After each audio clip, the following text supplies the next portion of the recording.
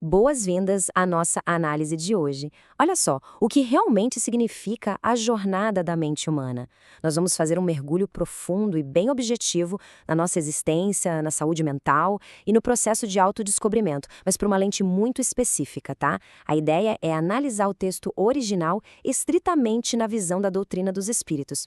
Para isso, a gente vai pegar conceitos fundamentais lá da aclamada série psicológica da Joana de Ângeles, das obras incríveis do André Luiz e até de algumas pesquisas acadêmicas que juntam tudo isso.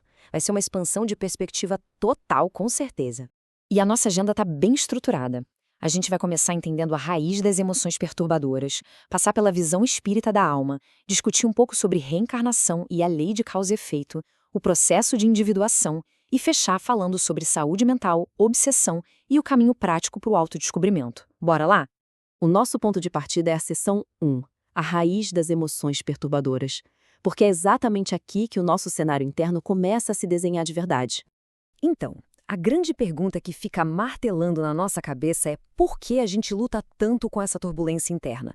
Sabe aquelas explosões diárias de ansiedade, irritação, um ciúme do nada, aquela sensação crônica de instabilidade que parece que domina a mente moderna hoje em dia?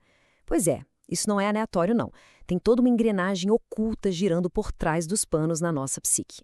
De acordo com a matriz psicológica da Joana de Ângeles, essas emoções perturbadoras são, na verdade, sintomas, são como alarmes. Ela diz que tudo isso vem de um excesso de consideração própria, um apego gigantesco a coisas materiais e pessoas e, claro, um orgulho gerado por um ego que ela chama de insano. É basicamente um ego que se recusa a digerir a realidade do jeito que ela é.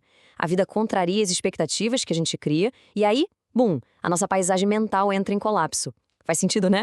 E para entender como resolver esses bloqueios crônicos, a gente precisa ir para a seção 2, a visão espírita da alma. Vamos dar um verdadeiro zoom out na existência. O ponto crucial aqui é redefinir o que é o ser humano.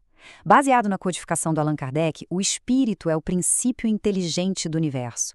A gente não é só um amontoado de biologia que está de passagem por aqui. O corpo físico, ele é só um instrumento temporário, tipo uma sala de aula mesmo. A nossa verdadeira essência é esse espírito imortal que usa diversas encarnações como degraus que são simplesmente indispensáveis para o próprio amadurecimento integral. E olha que interessante essa análise acadêmica que a gente está vendo aqui no slide. Ela mostra direitinho como a série psicológica da Joana de Ângeles se alinha totalmente com os princípios fundamentais espíritas.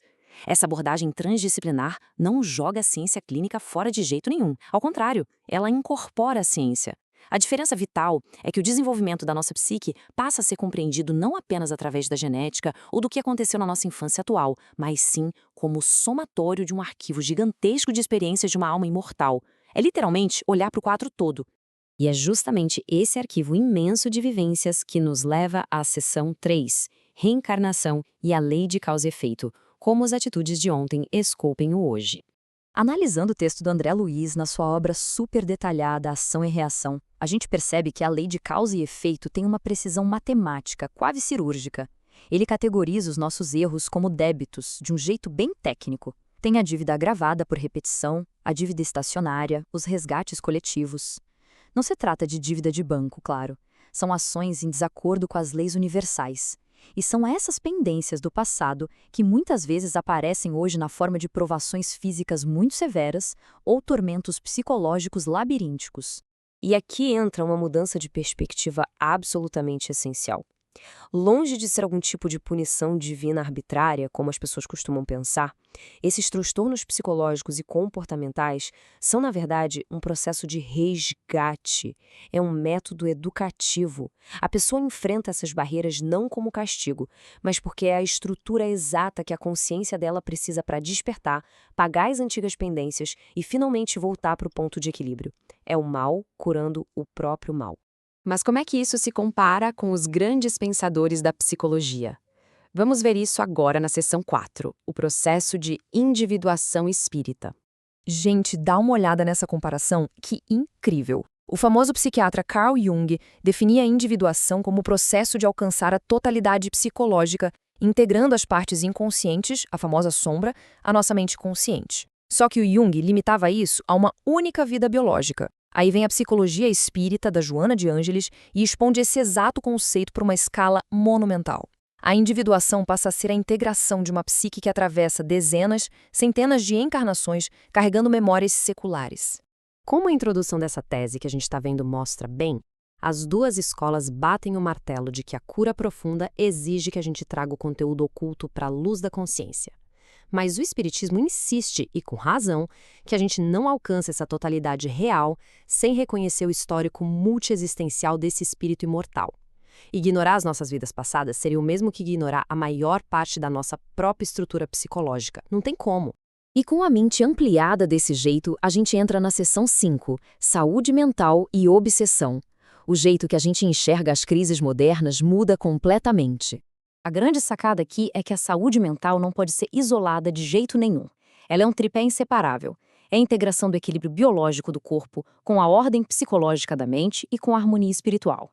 Se você desorganizar qualquer um desses pilares, o sistema inteiro entra num colapso em cascata.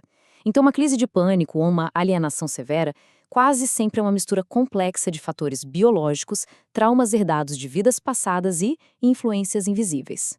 É aí que esse documento acadêmico introduz uma coisa muito contundente: as leis de afinidade e sintonia. É literalmente a física da mente, pessoal. Pensamentos muito repetitivos, vícios severos ou muito pessimismo criam uma frequência vibratória real.